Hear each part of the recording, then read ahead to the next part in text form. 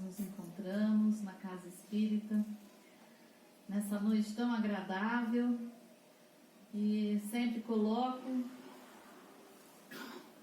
a gente chama sempre de a Casa Espírita, porque no centro a gente se sente em casa, não há necessidades de rituais, de cultos externos, a gente vem, senta na sala, como se nós estivéssemos na sala de casa, graças a Deus, nos sentimos à vontade, nos sentimos entre amigos, e que nós possamos nessa noite refletirmos juntos o tema que eu trouxe, lembrando sempre uma colocação que eu sempre faço antes da gente começar a reflexão através do tema da noite.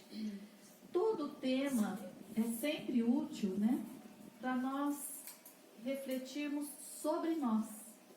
E muitas vezes o tema que a gente traz, logicamente, nos faz lembrar de algumas pessoas, né? A gente pensa assim, nosso tema de hoje serviria tanto para aquela pessoa, que pena que ela não está aqui. Mas eu coloco sempre isso, quem está aqui hoje somos cada um de nós. Então, com certeza, nós precisamos tirar o máximo de proveito desse tema para nós. Estamos aqui, porque quando a gente aproveita a reflexão, a gente consegue até compartilhar, né, com as pessoas que a gente convive, seja no lar, seja no trabalho, na convivência social, sempre fica alguma coisa que a gente aproveita, né? Então, nosso tema da noite, como a doutrina espírita é uma doutrina muito abrangente, ela tem um amplo leque de conhecimentos que passa pela ciência, pela filosofia, pela religião, percorre caminhos assim muito possíveis para nos possibilitar o conhecimento humano. E a doutrina ela nos fala muito sobre a educação dos sentimentos. E o tema proposto para nós conversarmos nessa noite é justamente algo que eu acho que nós vamos ter que refletir profundamente, algo que nós temos dificuldade, que é a busca do equilíbrio. A busca do equilíbrio. Eu fui testada no começo, viu, gente? Porque a hora que eu vi o gato, eu já comecei a ficar desequilibrada. Eu falei, tá vendo, esse gato veio me testar. Eu já vou mostrar o desequilíbrio aqui, porque eu tenho medo de gato, né? Eu falei assim, não, deixa eu começar a desenvolver o autocontrole aqui, o equilíbrio, né? Mas é um tema para nós refletirmos a busca do equilíbrio frente às perturbações. E a maioria de nós faz uma pergunta comum: como alcançar equilíbrio, que seria um estado de harmonia relativa, frente a um mundo como esse que nós estamos vivendo, frente a essas circunstâncias da vida que nos chegam, né? Esse mundo que nós encontramos tantos desafios, tantas perturbações. Como que é alcançar o equilíbrio nesse mundo que vivemos? Se nós olharmos ao nosso redor, nós vamos ver claramente que o mundo que nós estamos inseridos não é um mundo de paz. Tem como a gente afirmar que a gente está no mundo de paz? É um mundo de plena harmonia? É um mundo de ordem? É um mundo de equilíbrio? Nós ainda não estamos nesse mundo, né? Nós ainda não pertencemos a esse patamar evolutivo que nos dá esse privilégio, já essa possibilidade de habitarmos esse mundo. Nós estamos inseridos num mundo de provas e expiações, portanto, um mundo onde ainda nós convivemos com desequilíbrios, com desordens, com perturbações. Mas a primeira questão, quando nós fazemos essa observação, a primeira coisa que vem na nossa mente assim, ó, é de que nós só nos perturbamos, nos desequilibramos por conta desse mundo desequilibrado que nós vivemos. É a primeira coisa que vem na nossa mente. Nós nos perturbamos, nos desequilibramos por conta desse mundo que nós vivemos, perturbado e desequilibrado. É a primeira ideia. Mas essa ideia, ela é uma fantasia. Como assim? Fantasia por quê? A fantasia é a seguinte: vamos imaginar se nós vivêssemos num mundo tranquilo, tudo em ordem. Se nós não tivéssemos problemas, se nós imaginássemos na paisagem desse mundo tudo bonito, tudo limpo, pássaros, a natureza, a floresta, o acesso à saúde maravilhoso, a educação de alto nível, pessoas alegres, educadas, cordiais, que não implicam no trânsito, que não briga com o vizinho porque deixou cair a folha da árvore na calçada da casa que já varreu, né? Vamos imaginar que a gente está nesse mundo, que a gente não tem problema de dinheiro. Imagina o Brasil, pátria do Evangelho, né? Coração do mundo. Tudo em paz, tudo em ordem. A fantasia que nós temos é de que nós estaríamos bem, de que nós estaríamos plenamente felizes. Será? Será que a gente estaria assim? A gente pensa que só não está bem porque esse mundo que a gente vive não está bem. Então a gente coloca, nossa, se eu tivesse em tal situação, talvez eu estaria melhor. Se eu estivesse ganhando mais, eu ia estar melhor. Se eu não tivesse aquela dificuldade, eu ia estar melhor. Se eu estivesse morando em outro lugar, em outro país, eu iria estar melhor. Será que é bem assim? Como que a gente explica aquelas pessoas que vivem em condições melhores? Aquelas pessoas que elas têm um grau relativo de mais harmonia exterior, que não tem graves problemas, que não tem falta de dinheiro, não passam por problemas financeiros, ou que até estão morando em países que não têm as dificuldades que o nosso país, nós sabemos que o nosso país tem. Como que a gente explica pessoas que vivem nessa relativa harmonia, nesse relativo equilíbrio, e que, entretanto, elas apresentam severas perturbações? Gente, quando a gente vai olhar sobre as pesquisas de suicídio, geralmente, por incrível que pareça, os países mais avançados, os países de melhores condições de vida, eles têm um nível mais alto de suicídio do que os países de terceiro mundo, inclusive do Brasil, né?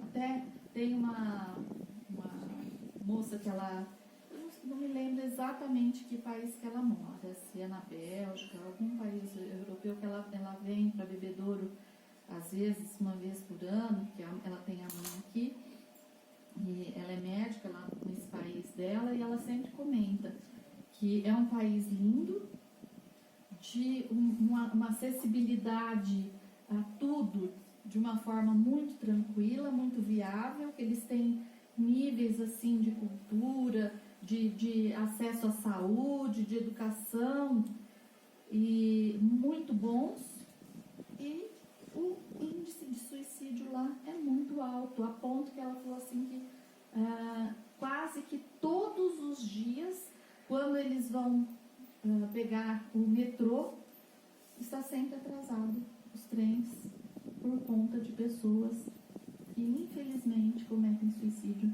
nas linhas do metrô. Então ela falou que é uma coisa assim muito comum, né? Então imagina, a gente está colocando todas essas condições e, ao contrário, né, aquelas pessoas que a gente às vezes vê aqui sem condições nenhuma que sejam favoráveis, e as pessoas cantando, as pessoas felizes. Outro dia apareceu num programa as lavadeiras cantoras, acho que era da Bahia, tudo lá cantando. Se você chegar para essas pessoas e falar assim, você quer mudar daqui? Você gostaria de sair daqui? A pessoa fala não, né? Então faz a gente perguntar, fazer uma pergunta. Será que a perturbação que nos incomoda, ela vem mesmo de fora ou ela vem de dentro? Qual que é a natureza principal dos nossos sentimentos? Qual é o contexto que nos faz sentir infelizes? Muitos transtornos emocionais, até pessoas com severos transtornos, com depressão, A pessoa às vezes fala assim, olha, tá tudo bem na minha vida. Eu não tenho assim um problema mais específico, tá tudo bem na família. Eu tenho assim uma estabilidade econômica. E aí, nesse momento que tá tudo bem, eu não tô me sentindo bem. Para mim, eu lembro, a pessoa fala assim, eu lembro quando eu passei por momentos tão difíceis, problemas complicadíssimos, naquela época eu estava bem. Eu me sentia encorajado, eu me sentia valente, eu enfrentava, e agora que está tudo bem, eu estou me sentindo mal. Como explicar? Que às vezes tudo ao nosso redor está bem e nós não estamos. Às vezes as coisas estão péssimas. E frequentemente nessas situações a gente está mais guerreiro, a gente está com postura de enfrentamento, a gente quer lutar, a gente está mais encorajado. Há pessoas que enfrentam verdadeiras tragédias na vida. Acidentes coletivos, mortes na família. Quantas vezes a gente não viu pelos noticiários da TV? Né? Aquela vez num Réveillon que aconteceu, se eu não me engano foi Angra dos Reis, aquela família que foi passar o Réveillon, desabou, matou a avalanche que veio do morro, as duas crianças da família, as duas filhas, e aquelas famílias tiveram que se refazer de todos os danos, das perdas materiais, das perdas sentimentais dos entes queridos. Tiveram que se refazer.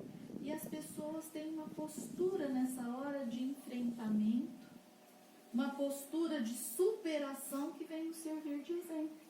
Né? Quando passa as Paralimpíadas, que a gente vê aqueles atletas paralímpicos, um monte de limitações e as pessoas se superando, e quando eles são entrevistados, eles estão felizes com aquela superação, né? Com tantas dificuldades que eles têm, a impressão que a gente tem é que eles não têm dificuldades, porque nós muitas vezes, com todas as nossas boas condições, a gente se acha infeliz, né? Não tem vontade de realizar 1/3 do que essas pessoas fazem.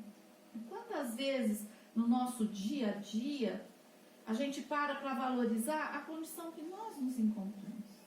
Nós estamos todos aqui respirando sem ajuda de aparelho, né? Nós viemos caminhando, nós estamos movimentando nossos braços, nós estamos olhando, enxergando, nós estamos ouvindo. Quando foi que nós valorizamos todas essas possibilidades que nós temos no nosso dia a dia? Alguém acorda e olha o céu, olha o sol e agradece? Mais um dia de vida, que você está ali, está inteirão, né? Está com problema? Está com problema. Quem não está? Um está com problema X, outro Y, mas estamos aqui, né? Estamos com a possibilidade de solucionar aquilo que é um desafio para a gente. Então, muitas vezes nós, com todas as possibilidades favoráveis, nós não realizamos 1/3 daquelas pessoas que estão com uma dificuldade maior. Aí a gente para pensar, será então que nós precisamos de equilíbrio frente às perturbações externas? Ou nós precisamos atingir um estado de equilíbrio frente às nossas tendências de perturbações internas? Vamos refletir? Vamos refletir na busca do equilíbrio. 3 pontos fundamentais para a gente refletir sobre a busca do equilíbrio, que a gente precisa observar.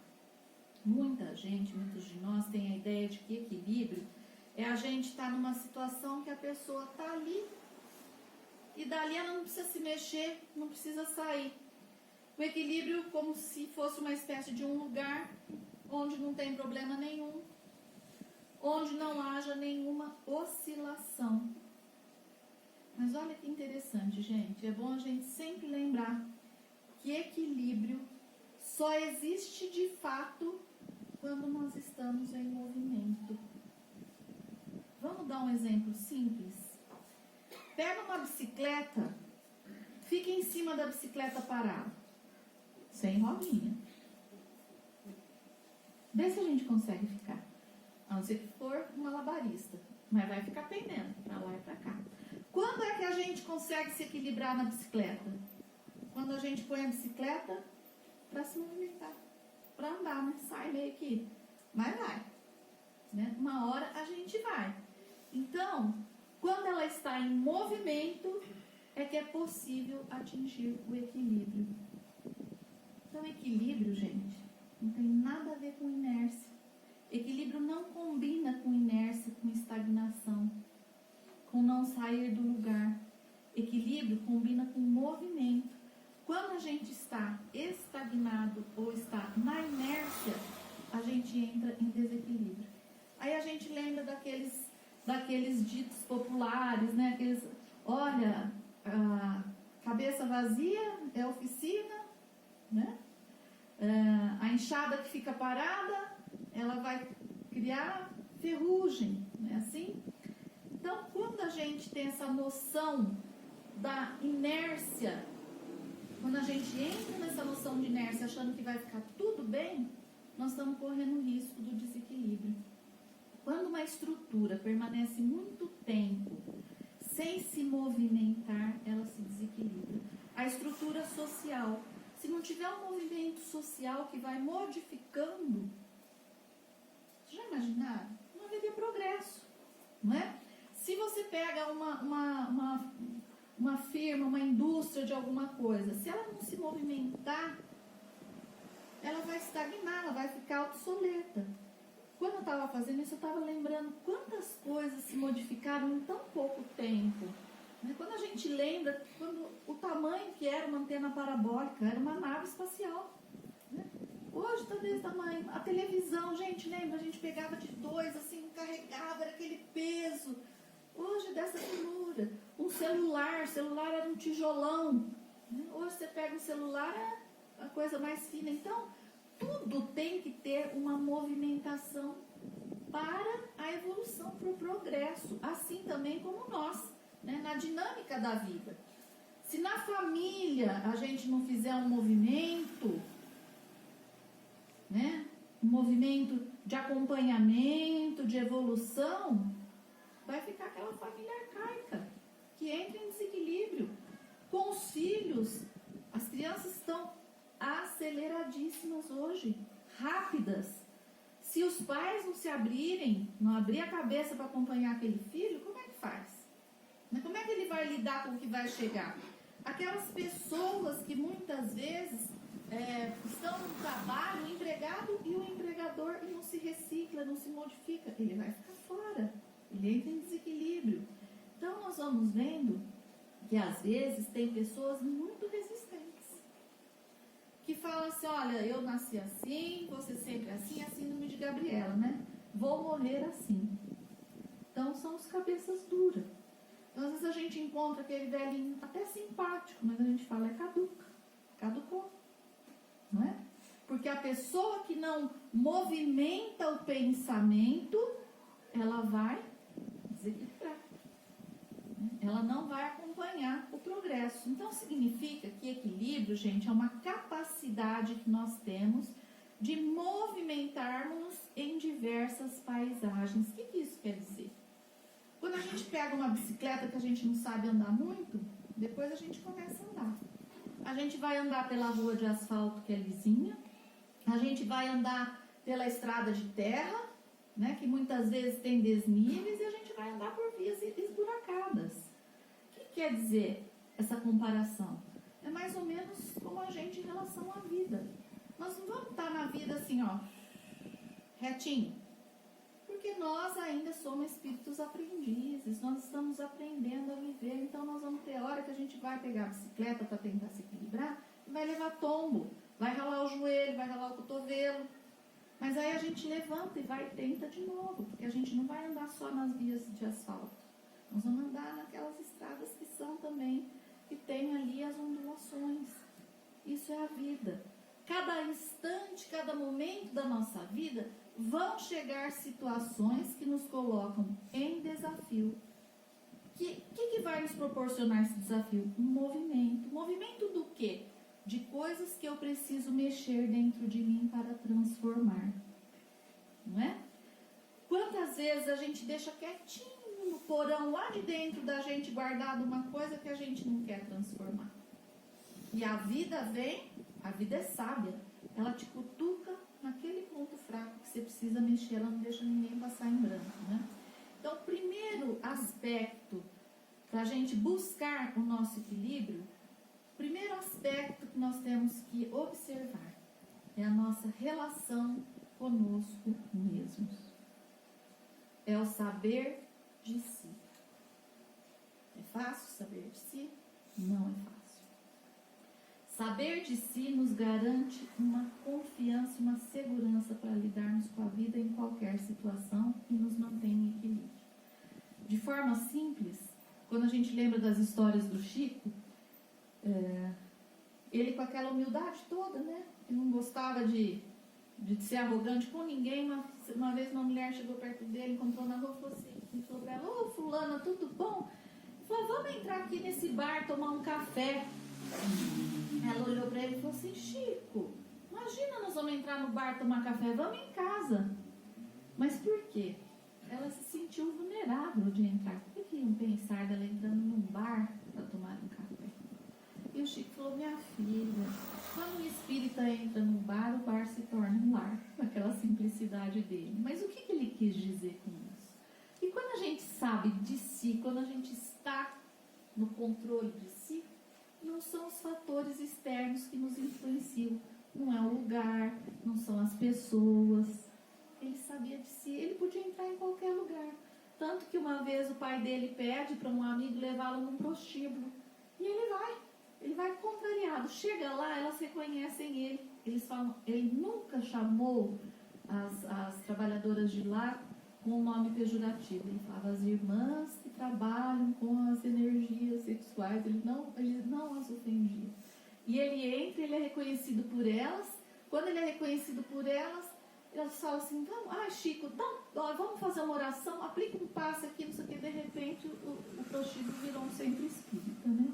Ele estava ali no meio de todo mundo, fazendo aquilo que era dele, com ele, sabendo de si. Então, isso é o primeiro ponto em busca do nosso equilíbrio, saber de si.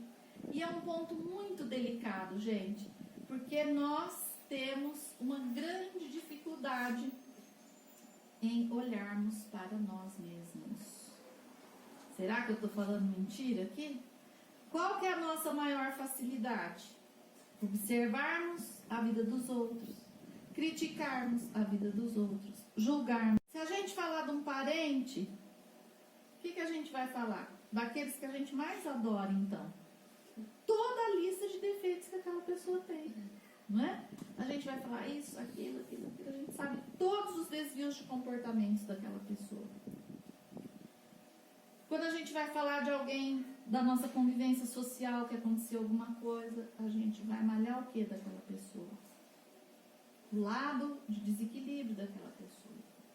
Mas como que é difícil para nós olharmos para nós e prestarmos atenção em nós mesmos? E é o primeiro ponto de desequilíbrio, é quando a gente não olha para dentro da gente, quando a gente não dá atenção para si mesmo. E nós não temos esse hábito. Tanto que nós temos uma dificuldade com as palavras e com a língua. Em que sentido? Na maledicência, não é?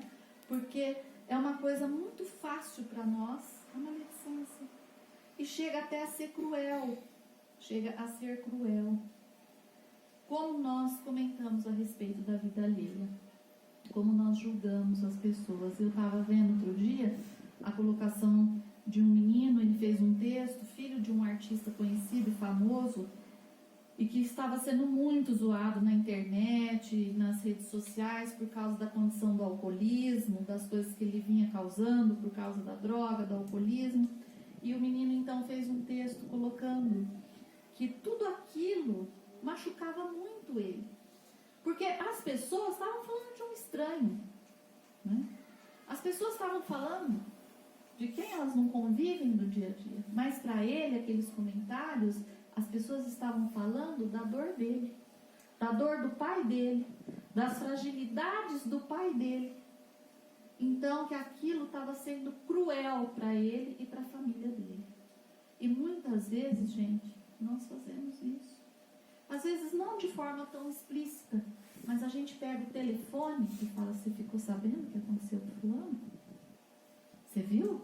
Ah, então, mas é porque você fez isso, né? A gente faz.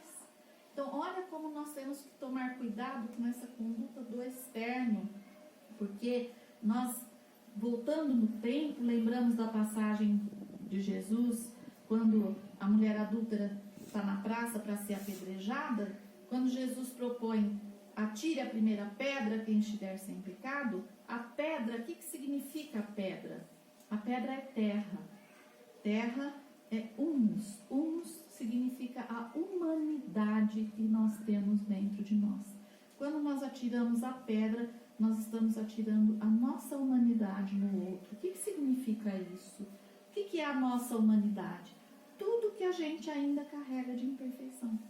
Porque todos nós carregamos imperfeições. Mas nós gostamos de mostrar e julgar a do outro. Então, gente, o nosso primeiro ponto de desequilíbrio surge quando a gente não presta atenção em quem somos. Quando a gente não sabe de si. Quantas vezes acontece alguma coisa com uma pessoa e a gente fala assim, nossa, olha o que ela fez. Naquele momento ela estava fora de si. A pessoa estava fora de si. Então, olha como estar fora de si é um desequilíbrio muito grande, né? E a doutrina, ela nos convida o tempo inteiro para nós nos olharmos. Porque a gente já ouviu aquela frase, reconhece o verdadeiro espírita pela sua transformação moral e pelos esforços que faz para domar as suas más inclinações. Como que a gente vai saber o que a gente tem que transformar? Quais são as nossas más inclinações se a gente não se conhece? Como que a gente faz uma reforma aqui no centro se a gente não entra e vem ver o que está precisando aqui? Se eu estou olhando só lá de fora, às vezes eu vou ver uma fachada bonita. Mas a hora que eu entro, eu vejo que tem rachadura, problema nos fios, problema no encanamento, vazamento. Eu preciso adentrar, né, para conhecer. Então, como que nós, muitas vezes, deixamos de perceber como nós estamos nos sentindo? Como é que nós viemos nos sentindo até o dia de hoje? Olha, a reflexão de hoje é para a gente fazer, cada um de nós. Vai responder para si. Como que nós viemos nos sentindo até o dia de hoje? Às vezes as pessoas chegam para o atendimento fraterno e você conversa com a pessoa e fala assim, ó, há quanto tempo você vem sentindo isso? E a pessoa fala, há 2 semanas. Mas há 2 semanas mesmo? Como que você estava se sentindo há 2 meses atrás? Você estava bem? Você estava feliz? Ah, não. Eu já não estava bem, não estava feliz. Primeiro ela começou falando que era 2 semanas. Aí você fala, é 2 meses. Você estava dormindo bem? Não. Ixi, faz tempo que eu não durmo bem.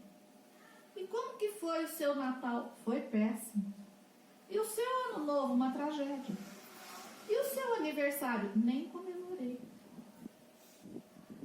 Então, faz 2 semanas que você não vem se sentindo bem. E a pessoa, ela se dá conta que ela perdeu as contas de quando ela já não vem se sentindo bem. E o que acontece com uma pessoa quando você faz uma pergunta e ela responde de forma desconectada do que está acontecendo com ela? Ela não tem nem ideia de como ela está conduzindo a vida dela. Ela perdeu a noção de si mesma. E isso, gente, causa um desequilíbrio grave. Isso causa um desequilíbrio grave, porque nós temos uma grande dificuldade de percebermos como nós estamos. E, de repente, muitas vezes a gente desequilibra e adoece.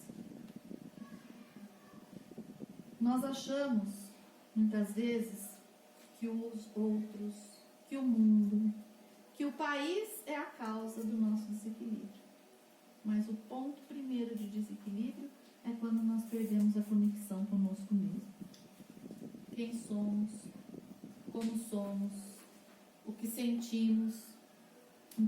uma historinha que fala de um cidadão que desencarnou e ele chegou no céu, olha que privilégio, né? Chegou no céu. E ele se chamava João da Silva. E ele desencarnou, chegou na porta de entrada lá do céu, encontrou com Deus.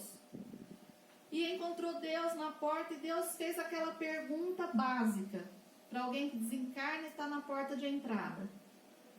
Olha, ele falou assim, eu quero entrar no céu porque eu sou uma boa pessoa, eu fiz tudo direito, eu tenho o direito de entrar aqui, meu nome na terra foi nome de edifício.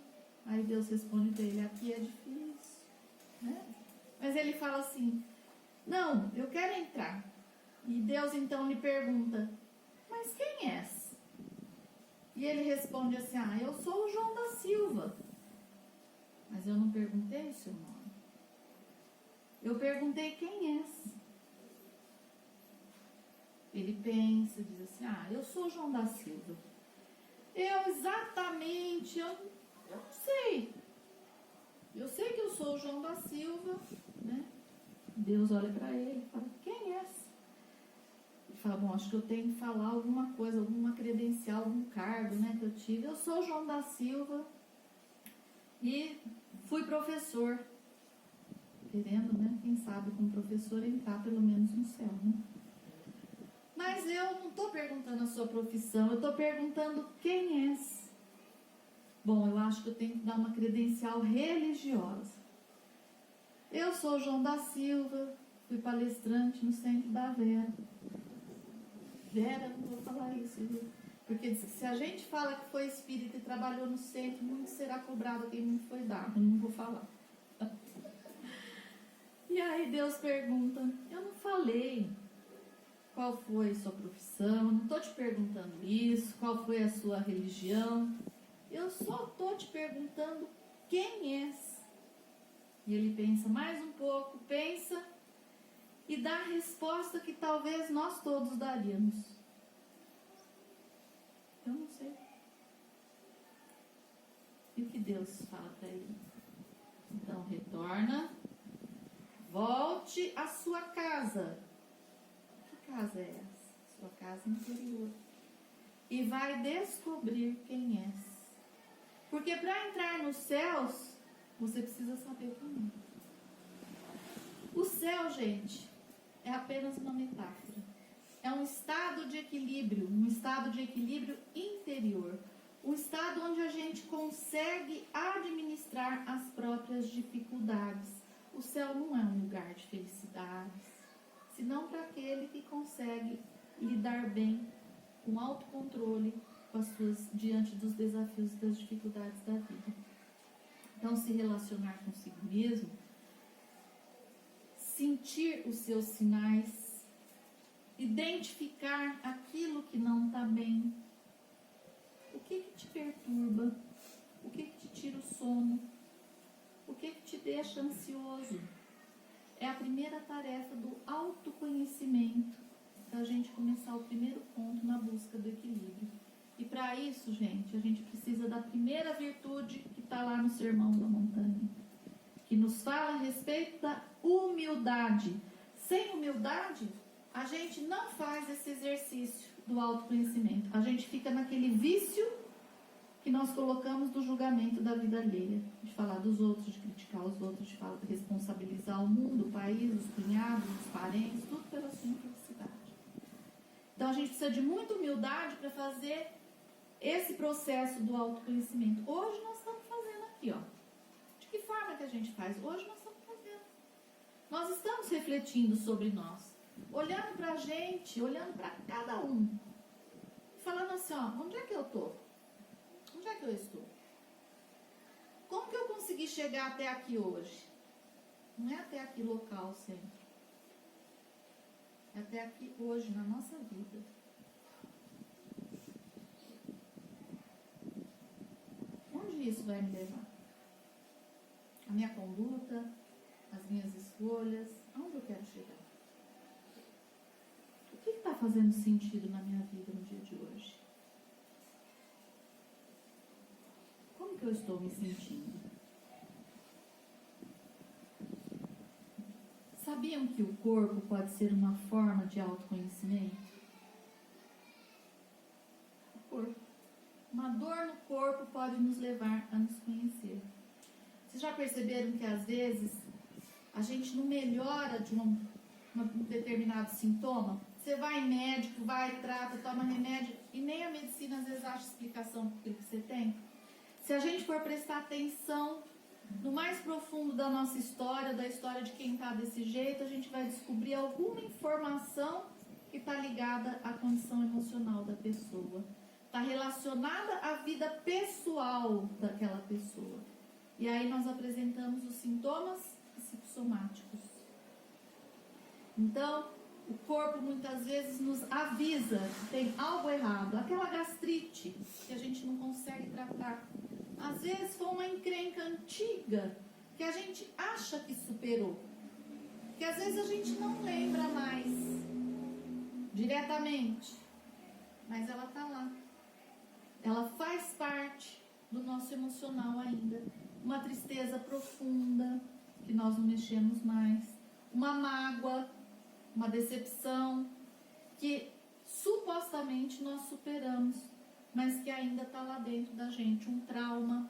E é muito interessante isso.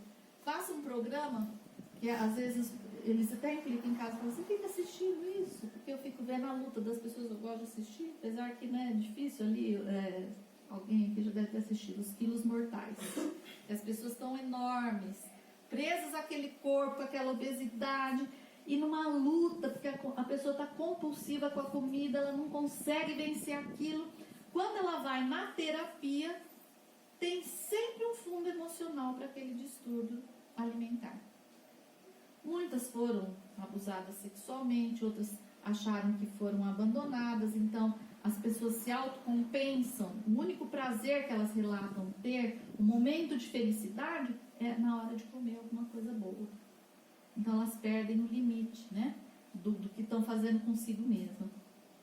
Então quando a gente observa muitas vezes o nosso fundo emocional, nós vamos entender as situações que nós estamos vivendo até através do nosso corpo físico. Não que todas as doenças sejam psicossomáticas, não. Mas a grande maioria vem em função de alguma coisa que a gente está vivenciando, está negando, está ignorando, porque nós vivemos no automático. A gente acorda de manhã, liga o start e vai. E vai. Até chegar muitas vezes um momento que a pessoa entra em estafa. Aí a pessoa fala, nossa, eu não sei o que aconteceu comigo. Aí teve uma crise de labirintite, teve um pico de pressão alta, teve uma descompensação de batimentos cardíacos, teve X, teve Y, teve um monte de IT. E ela fala, poxa, mas eu estava levando a minha vida normalmente. Será que estava? Estava ligado no automático, sem se dar conta de como estava vivendo. Então, gente, a gente precisa fazer perguntas para nós mesmos, conversarmos conosco mesmo. Conversarmos conosco. Por que eu estou me sentindo assim? Por que eu estou me sentindo ansioso? Por que eu estou me sentindo tão angustiado? Por que eu estou me sentindo tão descontente nessa situação que eu estou vivendo? Por que eu não tenho coragem de tomar uma decisão e fico vivendo numa situação que eu não estou feliz? Por que eu não me esforço mais para conquistar aquilo que eu desejo, que eu empenho? Na hora que eu vou me esforçar, me dá aquele abatimento, vem aquela ideia de que eu não vou conseguir, uma ideia negativa. Por que eu estou me sintonizando com isso? Então a gente precisa fazer esses questionamentos. Os porquês são muito importantes para nós nos conhecermos. E a doutrina, ela nos fala muito que se nós descobrirmos quem somos, nós vamos perceber melhor a conduta de vida que nós estamos levando.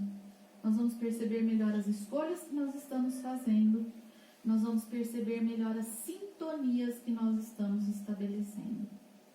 Porque, olha, gente, tem a lei da afinidade, que a gente atrai próximo de nós e vem para nós as coisas da vida que se afinam conosco. E tem também a sintonia. O que quer dizer a sintonia? A escolha. Eu estou ouvindo rádio com samba, eu vou escolher escutar rock. Então são as nossas escolhas da vida. E isso por quê? Por que a doutrina nos fala sobre isso? sobre nós prestarmos atenção nas nossas condutas, porque nós temos um compromisso de assumirmos a responsabilidade por nós mesmos e pela nossa própria existência. E geralmente a gente não quer assumir. Quando a gente se sente infeliz ou em desequilíbrio, a gente fala, eu tô assim, porque olha, não é fácil, viu? Conviver com aquele cônjuge meu é tal coisa. Olha, porque aquele chefe meu é não sei o quê. Olha, porque meu pai fez isso, meu pai e minha mãe fizeram isso pra mim. Eu cresci assim. A gente sempre acha uma desculpa pra gente delegar aquilo que a gente tem que fazer. Então, nós precisamos prestar atenção na gente. Que hábitos que a gente vem cultivando, inclusive com o corpo. Com o corpo. Ah, mas não é importante cuidar do espírito? A gente cuida do espírito também cuidando do corpo. Viu? Através de cuidarmos da nossa saúde, através de cuidarmos dos nossos hábitos. Porque muitas vezes a gente também não está nem aí com o hábito alimentar, até adoecer. Como que a gente está cuidando do prazer de viver? Gente, é importante a gente ter prazer. Nós precisamos ter alguma atividade, alguma coisa que nos traga prazer de viver. O prazer, ele é essencial para a vida. Não é só viver de prazer. Mas o prazer, ele é uma necessidade. Então, buscar um exercício físico, uma atividade que seja, que te dê um prazer. Porque nós somos muito condicionados a uma cultura, até das religiões, que nós temos que sofrer. Que sofrer é o nosso natural. E a gente tem que tomar muito cuidado com essa teoria. Olha, nós estamos num mundo que é um vale de lágrimas, num mundo de provas e expiações, como se nós estivéssemos aqui fadados apenas a passar por purgações, por provas difíceis. Nós vamos passar. Mas se nós tivermos o entendimento que a doutrina realmente nos traz, a doutrina nos traz um entendimento de felicidade relativa ao nosso mundo que nós estamos, sim. A doutrina não fala que a gente não vai ter dificuldade, que a gente não vai ter problemas. Mas a doutrina espírita, ela é consoladora. Por quê? Porque ela te mostra que Deus é justo, que você não está passando por aquilo que você não precisa. Que se você está passando por um momento de dificuldade, de desafio, não é para você ficar pior. É para você questionar e buscar melhorar. Né? A doutrina, ela nos fala da misericórdia divina sempre, sempre. De que maneira? Através das oportunidades do refazimento que a reencarnação nos oferece. Quantas vezes a gente atende nas reuniões mediúnicas espíritos suicidas? Estão desiludidos, porque tomaram aquela atitude equivocada no momento de desespero, que a pessoa não aguenta mais aquela dor, ela quer como que se arrancar aquela dor de dentro dela, ela parte para uma atitude super equivocada e lá ela tem a desilusão de que a vida não termina, que aquilo não resolveu nada, que apenas piorou. Então, quando você vem esclarecer que através da misericórdia divina ela vai ter a oportunidade do refazimento, através de uma reencarnação, onde ela vai começar a caminhar, a se refazer, isso é maravilhoso. Então, nós estamos inseridos dentro de uma doutrina que nos proporciona um entendimento de vida que nos traz a possibilidade de lidarmos com as situações de uma maneira mais tranquila. E nós temos que prestar atenção na nossa atitude mental.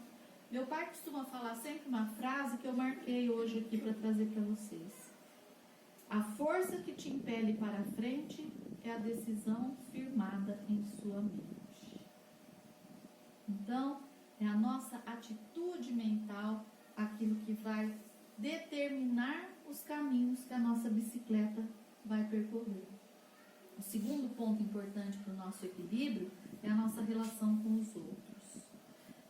Dificílimo, né, gente? Eu acho que a prova mais difícil que a gente passa é nos relacionarmos uns com os outros, porque a gente não sabe limite, muitas vezes a gente passa o limite da gente, ou se deixa ultrapassar, deixa outra pessoa ultrapassar os nossos limites, né? E muitas vezes, como nós falamos, nós temos que prestar atenção em si mesmo, mas não entrando naquela coisa de só olhar para o seu próprio umbigo, para a sua vida. Porque nós temos que tomar cuidado com os estados de isolamento. Com aquela pessoa que só pensa em si, que só olha para a própria vida, que ela não quer nem saber o que está acontecendo no mundo, Ela fala assim, eu já tenho tanto problema, o mundo que se lasca, eu não quero saber. A pessoa assim acaba adoecendo também, porque é uma lei natural, a lei da convivência, a lei de sociedade, que está, né, na terceira parte do Livro dos Espíritos. Nossa relação com o mundo, ela é muito importante, porque no isolamento, gente, nós temos um perigo muito grande. Muitas doenças graves, severas, né, mentais. O que acontece? A pessoa se isola na depressão, na síndrome do pânico, ela não consegue sair de casa, aparece o isolamento. Na esquizofrenia, ela se sente perseguida pelos outros. Nas fobias, ela não quer contato humano, né? Então, muitos sintomas de doenças mentais graves têm ali a sombra do isolamento. Então, a gente precisa do convívio com os outros, a gente aprende o limite nosso e o limite do outro. Às vezes, na boa intenção, a gente invade a vida do outro achando que está fazendo bem. E às vezes também a gente se deixa invadir e perde o domínio da própria vida, porque tem uma outra pessoa que comanda. E o que está acontecendo com isso? Não só entre as pessoas, mas o que tem comandado muitos nossos relacionamentos de convivência são as redes sociais. As redes sociais, elas nos dão acesso para a gente conviver com o mundo. Mas se nós não soubermos o limite, nós entramos em doenças mentais graves. Por quê? Porque tudo que é postado numa rede social, se você pegar um Instagram, só tem gente linda, só tem propaganda de coisa bonita, não tem gente feia, não tem gente depressiva. Os relacionamentos, está todo mundo beijando, abraçando, feliz, postando casamento nos lugares mais lindos, nas viagens mais lindas. Isso nos traz uma sensação muito grande de frustração e insatisfação diante da vida. E isso é muito perigoso, né? Porque a gente reencarna para que a gente possa viver a experiência física. Na rede social, você está vivendo uma experiência virtual. Você só está assistindo uma coisa que muitas vezes não é real. O que é real? Real é o toque. Real é o cheiro de mundo. Real é a gente se olhar olho a olho, conversar olho no olho. Real é a gente se ouvir. Olha, é incrível, mas é o que está acontecendo. Se a gente vai num restaurante, você vê casais. A criança está sentada numa cadeirinha com um iPad desse tamanho que ela não dá trabalho para os pais. Se ela está dentro do carro, é a mesma coisa. Se a gente estava no aeroporto esse fim de semana, você vai passando, aquele monte de gente sentada esperando para embarcar, cada um no seu mundo. Cada um no seu mundo. Dentro de casa, as pessoas estão convivendo assim. Pai não está ouvindo o filho, filho não está ouvindo o pai. Acontece. Os cônjuges não estão se ouvindo, cada um está ocupado com... ou é negócio, ou é o que for. Ou é conversa de grupo, ou é Face, ou é Instagram, está lá. E já repararam que nós estamos viciados? Nós temos crise de abstinência se deixar a gente sem celular. É como se a gente tivesse desconectado do mundo se nós ficarmos sem, né, os nossos meios de nos comunicarmos uns com os outros. E isso, através das redes sociais, isso é perigoso, porque nós precisamos da reencarnação. Nós precisamos da matéria para concluirmos aquilo que nós necessitamos de experiências espirituais. Então, o segundo ponto nós colocamos é o relacionamento com o próximo, né? E o terceiro ponto, nós estamos no final, o mais importante, o essencial na busca do equilíbrio. Primeiro, vamos guardar a relação conosco mesmo. Questionarmos quem somos, o que nós estamos sentindo. Segundo, nosso relacionamento com o próximo. Como que a gente está funcionando nas nossas relações, inclusive nas mais próximas, nas mais íntimas. Terceiro ponto, a nossa conexão com Deus. Nosso relacionamento com a espiritualidade. Sem o contato com Deus, com a espiritualidade, nós com certeza vamos sentir vazio existencial. Por que, Aline? Porque a nossa essência é o Espírito. Nós somos filhos do Criador, então nós precisamos estabelecer essa conexão com Deus. Mas de que maneira? Se eu me relaciono comigo, eu estou me relacionando com Deus. Se eu me relaciono com o próximo, eu estou também me relacionando com Deus. E se eu me relaciono com Deus, eu estou me relacionando com Deus. De que maneira eu posso me relacionar com Deus? Essa maneira, ela é de cada um. No momento de meditação, no momento de fé, de práticas espirituais, mas principalmente através da caridade. Porque, gente, não existe caridade solitária. Então, nessa experiência de relação com Deus, nós não podemos fazer uma experiência mística de rituais e que ainda nós vemos tanto pelos 4 cantos do mundo, né? Quantas pessoas frequentam templos, centros, igrejas e elas acham que por aquela prática religiosa ela está tendo algum relacionamento com Deus. Nós mesmos, se nós nos propormos a vir aqui na Casa Espírita, ouvirmos, refletirmos e sairmos daqui, não colocarmos nada em prática, nós não vamos estar exercitando a nossa espiritualidade, nem desenvolvendo, né? Então, nós temos que prestar atenção se nós não estamos fazendo práticas mecânicas, inclusive quando nós fazemos as orações. Inclusive quando a gente vem na Casa Espírita para se livrar dos problemas e dos obsessores, né? Porque muitas vezes a gente vai se relacionar com Deus na hora do aperto. Olha, eu vou para a igreja, eu vou fazer promessa, eu vou conversar com o padre, eu vou conversar com o pastor, ou então eu vou ao centro. Porque, olha, eu estou precisando tomar passe. Estou precisando tomar passe porque a coisa desandou.